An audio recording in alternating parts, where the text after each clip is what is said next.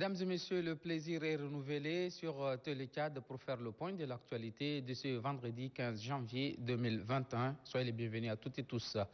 Signature de 3 conventions de partenariat entre le ministère de l'Environnement et de la Pêche et 3 organisations. Il s'agit de l'ONG 4, Agir pour l'environnement, l'école catholique associée Notre-Dame de Béguinage et l'Organisation internationale panafricaine de développement et d'appui communautaire. Les 3 conventions paraphées par le ministre Brahim Mohamed Djamaladdine et les responsables des ONG et l'école Béguinage leur permettra de mutualiser leurs efforts pour la protection de l'environnement.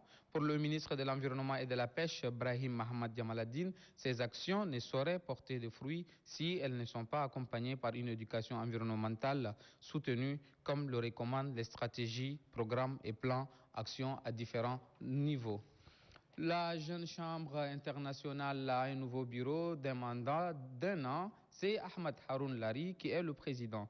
Le président de la chambre de commerce, d'industrie, d'agriculture, des mines et d'artisanat, c'est Siama Ali Adi Mohamed Tasseid qui a installé ce matin le nouveau bureau fort de 10 membres.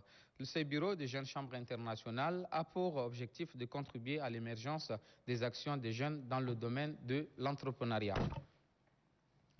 Le nouvel ambassadeur de la République du Tchad auprès de la Fédération de Russie, Mahmoud Adam Béchir, a présenté le copie figurée de ses lettres de créance.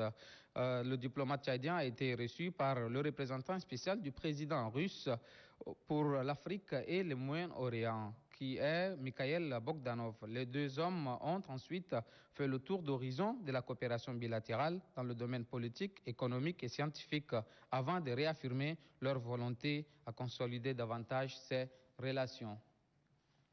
Des otages ont été libérés dans la province du Mayo-Kébi-Ouest. C'est le gouverneur Hassan Seline et le commandement de la zone de défense numéro 12 qui ont joué un rôle déterminant dans la libération de ces otages. Une épreuve énergique a été réservée aux ravisseurs qui exigent des rançons avant toute libération. Les détenus de la maison d'arrêt d'Amsinéné ont reçu une visite ce matin du bureau de soutien au MPS Génération 90. L'objectif est d'offrir aux prisonniers des dispositifs de lavage de mains aux prisonniers, des cache-nez et des savons. Ces gestes contribuent à lutter contre la Covid-19. À cet effet, ils ont sensibilisé ces derniers au respect strict des mesures barrières édictées par le gouvernement pour briser la chaîne de contamination. C'est tout pour ce flash de 16h sur Télé 4 en français. Le plaisir sera renouvelé pour moi de vous retrouver demain. D'ici là, bonne suite des programmes sur Télé 4 et bon début week-end à toutes et tous.